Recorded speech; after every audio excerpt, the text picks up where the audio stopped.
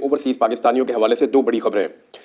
एक तो खबर यह है कि मेरी कुछ अमेरिका में रहने वाले पाकिस्तानी ओवरसीज़ से बातचीत हुई कि उनकी हिकमत अमली क्या है और वो क्या करने जा रहे हैं। डोनाल्ड ट्रंप के इलेक्शन जीतने पर वो बहुत खुश हैं। उन्होंने अपनी एक पूरी हिकमत अमली बनाई है। उन्होंने कहाँ कहाँ राब्ते किए हैं और कौन कौन सी इन्फॉर्मेशन उन्होंने मेरे पास शेयर की है ट्रंप के हवाले से, वो मैं आपके साथ शेयर करूँगा। दूसरा मैं आपको बताता हूँ कि मज़हर अब्बास साहब ने, सीनियर जर्नलिस्ट हैं, मैंने उनसे बहुत सीखा भी, उनके साथ मैंने काम भी किया है। तो मज़हर अब्बास साहब के बारे में मैं ये बात क्लियरली आपको कह सकता हूँ, किसी एजेंडा के ऊपर कभी भी वो रिपोर्टिंग नहीं करते। ये इन्फॉर्मेशन उनके पास होगी, आप इसे गलत इन्फॉर्मेशन कह सकते हैं। बाज़ औक़ात होता है कि आपका सोर्स आपको जो इन्फॉर्मेशन देता है वो ठीक नहीं होती। नॉर्मली हम इनको वेरीफाई कर लेते हैं, लेकिन यहाँ पे उन्होंने एक खबर दी तो फिर फौरी तौर पे मैंने उसकी तहकीक की, क्योंकि मुझे इस खबर के अंदर कुछ थोड़ा झोल नज़र आया और मैं ये चाह रहा था कि मैं देखूँ कि क्या वाकई ऐसा कुछ होने जा रहा है बरतानिया में। अब मज़हर अब्बास साहब ने खबर दी है तो उसको आप गैर संजीदा तौर पर नहीं ले सकते, और वो फेवरेटिज्म से बाहर जाके जो है वो खबर अगर उनके पास हो तो फिर वो देते हैं। अब मज़हर अब्बास साहब ने खबर ये दी कि कोई 26 के करीब पाकिस्तानी हैं जो बरतानिया में हैं, जिन्होंने काजी फ़ायज़ ईसा के वहाँ जाने पे एहतजाज किया था, उन्हें वहाँ से डिपोर्ट कर दिया जाएगा। अच्छा, इसके ऊपर जो है बड़े शादियाने बजाए गए PMLN के कैंप्स में, और वो बड़े खुश हो गए कि नवाज शरीफ के खिलाफ जो लोग एहतजाज करते हैं या जिन्होंने काजी फ़ायज़ ईसा के खिलाफ एहतजाज किया वो लोग डिपोर्ट होकर पाकिस्तान वापस आ जाएंगे, तो उनके साथ पता नहीं क्या जुल्म होगा और किस उनको सूरत हाल का सामना करना पड़ेगा। तो ये खबर थी। अब जब इसके ऊपर तहकीकात मैंने की, अपने तौर पे कुछ लोगों से रब्ता किया, वकला से रब्ता किया जो बरतानिया में मौजूद है ओवरसीज़ पाकिस्तानी, उनसे रब्ता किया, तो उन्होंने बड़ा क्लियरली ये बताया कि हमारे पास जो खबर है वो ये कह रही है कि बरतानवी पुलिस के बकौल कोई मुकदमा अभी तक दर्ज नहीं हुआ या उनके पास इस किस्म का कोई केस नहीं है। दूसरा उन्होंने बताया कि जी बरतानवी पुलिस जो है वो जब उनसे बातचीत की, मुख्तलिफ लोगों ने रब्ता किया, तो वो इस खबर का वो ये कह रहे थे कि ऐसा कुछ नहीं है, बल्कि वो हंस रहे थे इसके ऊपर, यानी उन्होंने इसको संजीदा नहीं लिया। फिर डॉन के अंदर एक खबर छपी है, एक स्टोरी है, उसमें भी यही क्लेम किया गया कि बरतानिया में ऐसी कोई कार्रवाई नहीं हो रही, ना ही पुलिस के पास वहाँ कोई मुकदमा या केस ऐसा चल रहा है जिसमें पुलिस इन्वेस्टिगेशन कर रही हो उन लोगों के खिलाफ जिन्होंने काजी फ़ायज़ ईसा के खिलाफ एहतजाज किया। अब बरतानिया एक जमहूरी मुल्क है, वहाँ पे एहतजाज किया जा सकता है। ज़्यादा से ज़्यादा इसके अंदर जो ट्रेस पासिंग हुई है, ट्रेस पासिंग कहते हैं किसी की प्रॉपर्टी के अंदर आपने जाके मुदाखलत कर दिया या किसी की हुदूद के अंदर आप दाखिल हो गए, तो मैक्सिमम उसके अंदर जो ट्रेस पासिंग है वो ये है कि या कोई कानून की कहीं वायलेशन हुई है तो वो ये है कि गाड़ी को हाथ लगाया 2 या 3 लोगों ने, यानी गाड़ी को टच किया। गाड़ी को टच करना एज सच कोई जुर्म नहीं है, किसी शख्स के ऊपर असॉल्ट नहीं हुआ, किसी शख्स के ऊपर अटैक नहीं हुआ, कोई ऐसा फिजिकल हमला नहीं है जिसे आप कह सकें कि वो मारा गया हो या गाड़ी के ऊपर कोई चीज़ मारी गई हो। तो 2-3 लोगों ने गाड़ी को हाथ लगाया, इसमें भी 26 लोगों के खिलाफ कार्रवाई नहीं हो सकती। मैक्सिमम जो कानूनी माहिरीन है वो ये कह रहे हैं कि 2 या 3 लोगों के खिलाफ कार्रवाई इतनी हो सकती है कि पुलिस उन्हें बुलवाए और बुलाकर इन्हें वार्निंग दे दे कि आज के बाद आपने किसी चीज़ को टच नहीं करना एहतजाज करते हुए, ये ज़रूरी है, लिहाजा आप एहतजाज करने का आपका हक है बरतानिया में, लेकिन आप ये नहीं कर सकते। अच्छा, एक तो ये है कि पुलिस का मौक़िफ़ है और ओवरसीज़ पाकिस्तानियों का मौक़िफ़ है। इसमें एक दूसरी चीज़ भी है जिसे हमें देखना पड़ेगा। देखें, बरतानिया में ना जमहूरियत है, वहाँ पे रूल ऑफ लॉ है। एक केस जब वहाँ पे बना ही नहीं है और वो मुकदमा पाकिस्तान में दर्ज ही नहीं हो सकता, तो जब कहीं पे कोई मुकदमा ही नहीं है तो बंदे उठा के डिपोर्ट करने का तो सवाल ही पैदा नहीं होता। ये भी एक टेक्निकल नुक्ता है।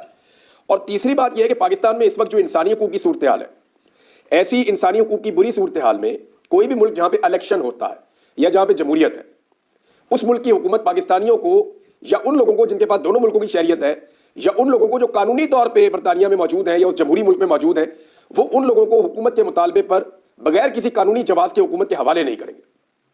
कोई बादशाह तो है नहीं इस तरह की, जमहूरियत है वहाँ पे, तो वो ओवरसीज़ पाकिस्तानी इसमें प्रोटेक्टेड है। ऐसा नहीं है कि उन्हें बरतानिया उठाएगा और उठाकर पाकिस्तान की हुकूमत के हवाले कर देगा। पाकिस्तान के अंदर जो है वो इस वक्त इंसानी हकूक़ की बदतरीन खिलाफ वर्जियाँ हो रही हैं, और अगर यहाँ पे उनमें से किसी को कुछ भी हो गया, किसी को गायब किया गया, किसी को गिरफ्तार किया गया, किसी के साथ जुल्म हुआ, या उनमें से किसी को कोई जिस्मानी नुकसान पहुँच गया या जानी नुकसान पहुँच गया, तो ऐसे में बरतानिया के लिए बहुत बड़ा इशू पैदा हो जाएगा, बहुत बड़ा सीरियस इशू हो जाएगा। और ये उस वक्त मैं आपको खबर दे रहा हूँ जब अक़वाम मुत्तहिदा ने एक बार फिर एक रिपोर्ट अक़वाम मुत्तहिदा की सामने आई है और पाकिस्तान में होने वाली इंसानी हकूक़ की खिलाफ वर्जियों के हवाले से अक़वाम मुत्तहिदा ने ज़ोरदार आवाज़ उठाई है। अब थोड़े दिन पहले मैंने आपको एक वीलॉग में बताया था कि अगले 3-4 दिन के अंदर अक़वाम मुत्तहिदा से बड़ी मजबूत आवाज़ पाकिस्तान में होने वाले जुल्म और ज़्यादती के बारे में उठने वाली है। मैंने आपको वीलॉग में बताया था और ये वही सूरत हाल है जो अब मैं आपके साथ शेयर कर रहा हूँ।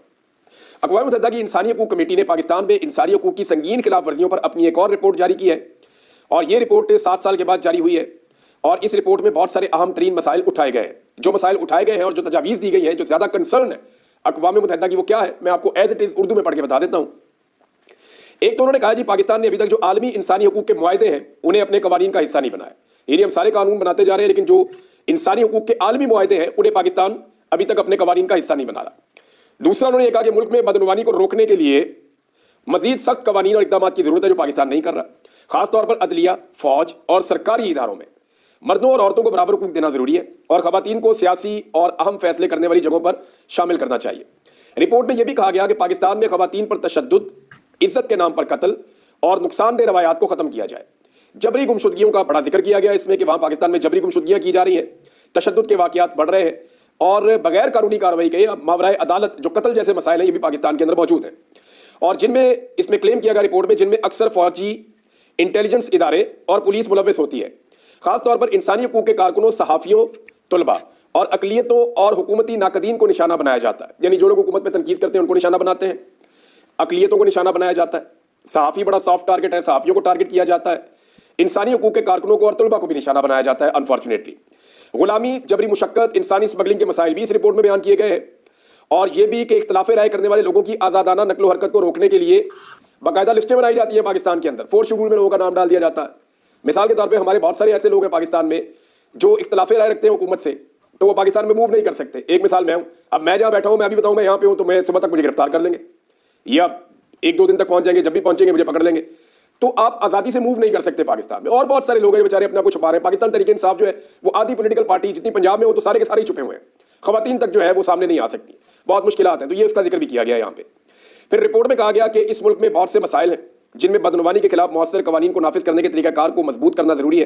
खासतौर पर अदलिया, फौज और अवामी अफसरान से मुताल्लिक हमने ज़बरदस्ती गुमशुदगियों या जबरी गुमशुदगियों, तशद्दुद और फौजी इंटेलिजेंस एजेंसियों और पुलिस के जरिए किए गए गैर कानूनी और मावराए अदालत फांसियों के मसाइल भी ज़ेर गौर लाए हैं, जिनमें इंसानी हकूक़ के महाफिज, सहाफ़ी, तलबा, सियासी कारकुन, नस्ली और मजहबी अकलियतें, अवामी अफसरान और सियासी मुखालिफिन शामिल हैं, जिनके साथ इंतकामी कार्रवाइयाँ की जाती हैं, जिनके पासपोर्ट भी जब्त किए गए हैं, इनको हिरासत में लिया गया है, इनकी नकलो हरकत की निगरानी की गई है या इनकी नकलो हरकत बंद कर दी गई है।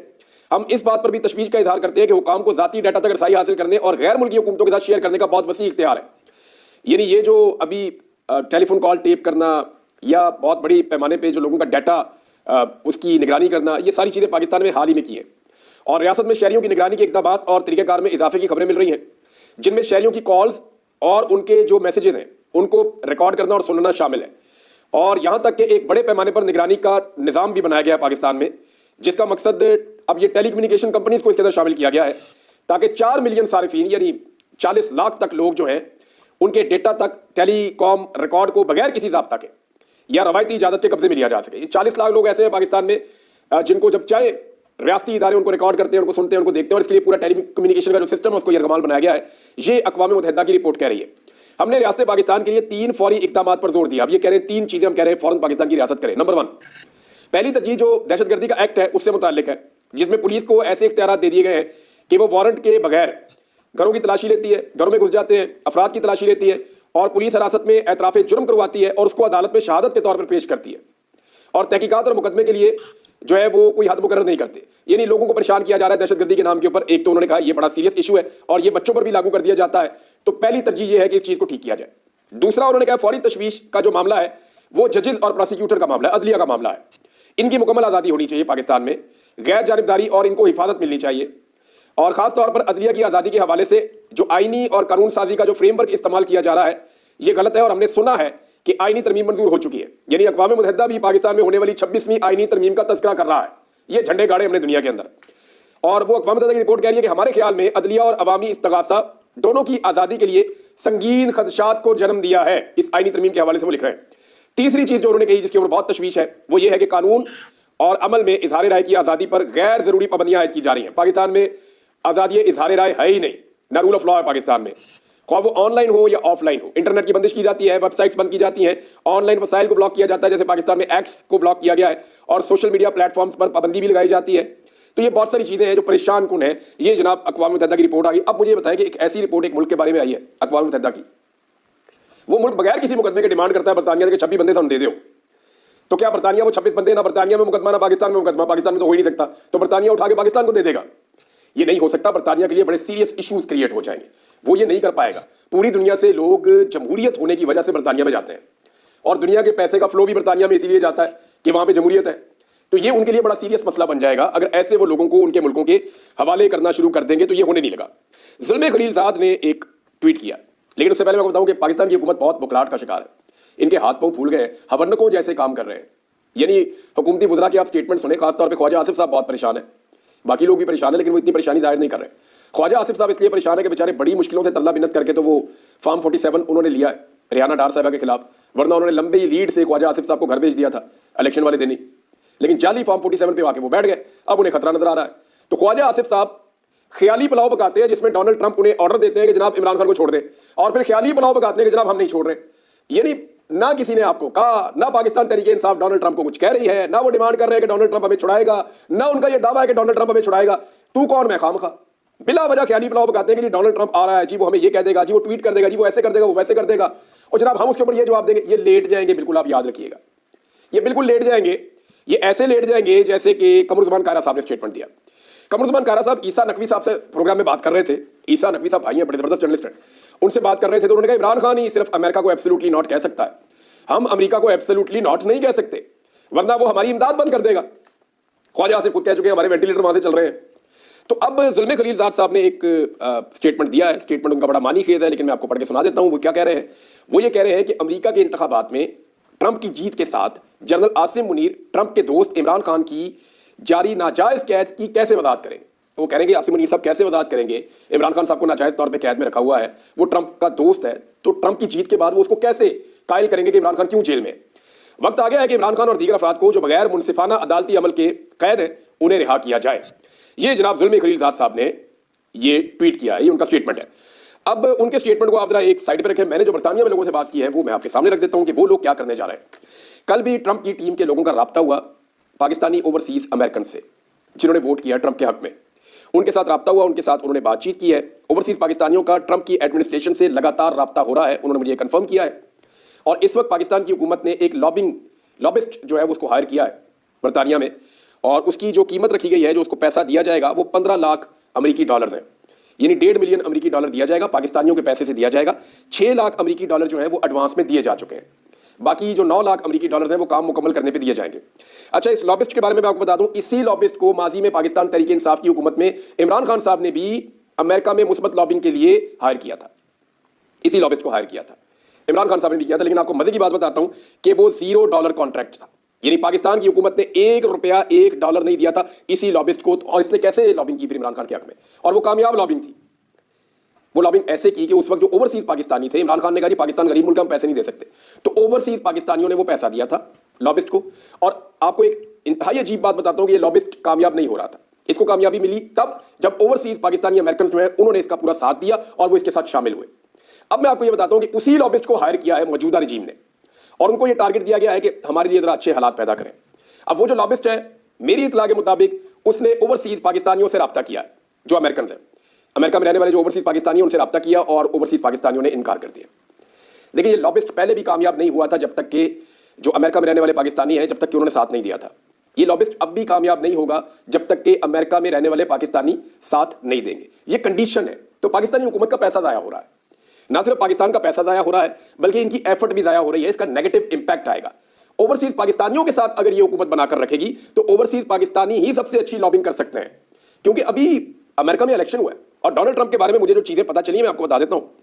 ये निकी हैली और जो साबिक वाइस प्रेसिडेंट थे ट्रंप के, माइक, ये भी सदर के उम्मीदवार बनना चाह रहे थे रिपब्लिकन से। इनका मुकाबला हुआ ट्रंप के साथ, तो इन्होंने ट्रंप के बारे में काफ़ी नेगेटिव बोला। अब मैं आपको अजीब बात बताता हूं कि ट्रंप की अपनी तबीयत कैसी है। ये मुझे अमेरिका में दोस्तों ने बताया। उन्होंने कहा जी पूरी कंपेन में ज़रूरत के बावजूद ट्रंप को इनकी ज़रूरत पड़ी, ट्रंप ने इनको करीब नहीं आने दिया, क्योंकि इन्होंने ट्रंप के बारे में मनफी बोला था। ट्रंप का ये प्रॉब्लम है, जो उसको गाली देता है, उसके साथ बदतमीजी करता है या उसके बारे में मनफी बोलता है, ट्रंप उसको अपने दिमाग में रख लेता है, और ट्रंप फिर मौका आने के ऊपर उसको बताता है कि आपने मेरे साथ ज्यादती की है। तो ट्रंप ने इनको अपने करीब भी नहीं आने दिया पूरी कंपेन में, जरूरत होने के बावजूद इनको मुंह नहीं लगाया, और अब इलेक्शन जीत गया वो अकेले ही।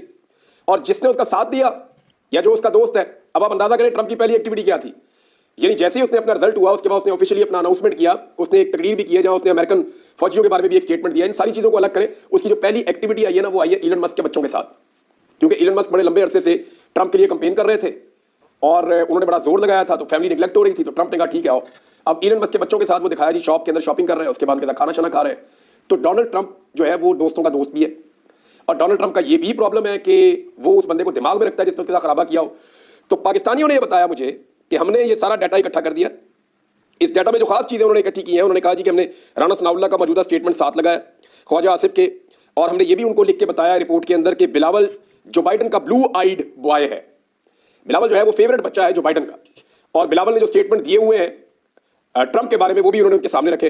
फिर मरियम नवाज का स्टेटमेंट भी बताया और बाकी सबके स्टेटमेंट लगा के उन्होंने कंक्लूजन ये दिया हुआ है कि पाकिस्तान में जो मौजूदा रजीम है इन्होंने ट्रंप की भरपूर मुखालफत की है और ये अमेरिका में भी ट्रंप के इलेक्शन हारने के लिए अपने तौर पर जो कर सकते थे इन्होंने किया है। अब ये वो सारी चीजें जो ओवरसीज पाकिस्तानियों ने पाकिस्तान के अंदर मौजूदा हुकूमत और जो रजीम है इसके खिलाफ ट्रंप को फीड करना शुरू कर दी है, और ट्रंप की टीम उनके साथ लगातार राब्ते में है। तो ऐसे में ये जिस किस्म की लॉबिंग कर रहे हैं ये तो काम नहीं करेगी। हाँ, एक चीज है जो मैंने उनसे पूछी है और वो मोहम्मद बिन सलमान को लेकर है। तो मैंने कहा जी मोहम्मद बिन सलमान के बारे में बताया। उन्होंने कहा जी मोहम्मद बिन सलमान का और डोनाल्ड ट्रंप का बड़ा करीबी ताल्लुक है और मोहम्मद बिन सलमान ने डोनाल्ड ट्रंप के दामाद के ऊपर बहुत इन्वेस्ट भी किया हुआ है। डोनाल्ड ट्रंप के दामाद की और मोहम्मद बिन सलमान दोनों की बड़ी जबरदस्त यारी भी है। ये एक फैक्टर ऐसा है जो डोनाल्ड ट्रंप को मुतासिर कर सकता है। मैंने कहा जी कितना मुतासिर करेगा? उन्होंने कहा जी सवाल ही पैदा नहीं होता कि डोनाल्ड ट्रंप अपने मौके से पीछे हट जाए मोहम्मद बिन सलमान के कहने पे। हाँ, ये जरूर होगा कि जब मोहम्मद बिन सलमान डोनाल्ड ट्रंप को राब्ता करेंगे पाकिस्तान के हवाले से, इमरान खान के हवाले से, तो डोनाल्ड ट्रंप मोहम्मद बिन सलमान को, ये क्लेम है, ये एक नहीं 2-3 सोर्सेज ने क्लेम किया। उन्होंने कहा जितना हम डोनाल्ड ट्रंप को जानते हैं वो मोहम्मद बिन सलमान को कहेंगे कि आपने मेरे से राब्ता किया ना, अब इस मसले को जाके खुद ही हल करो और ये जो ज्यादती और जुल्म हो रहा है इसको बंद करवाओ। तो ये मामला उस तरफ भी जा सकता है।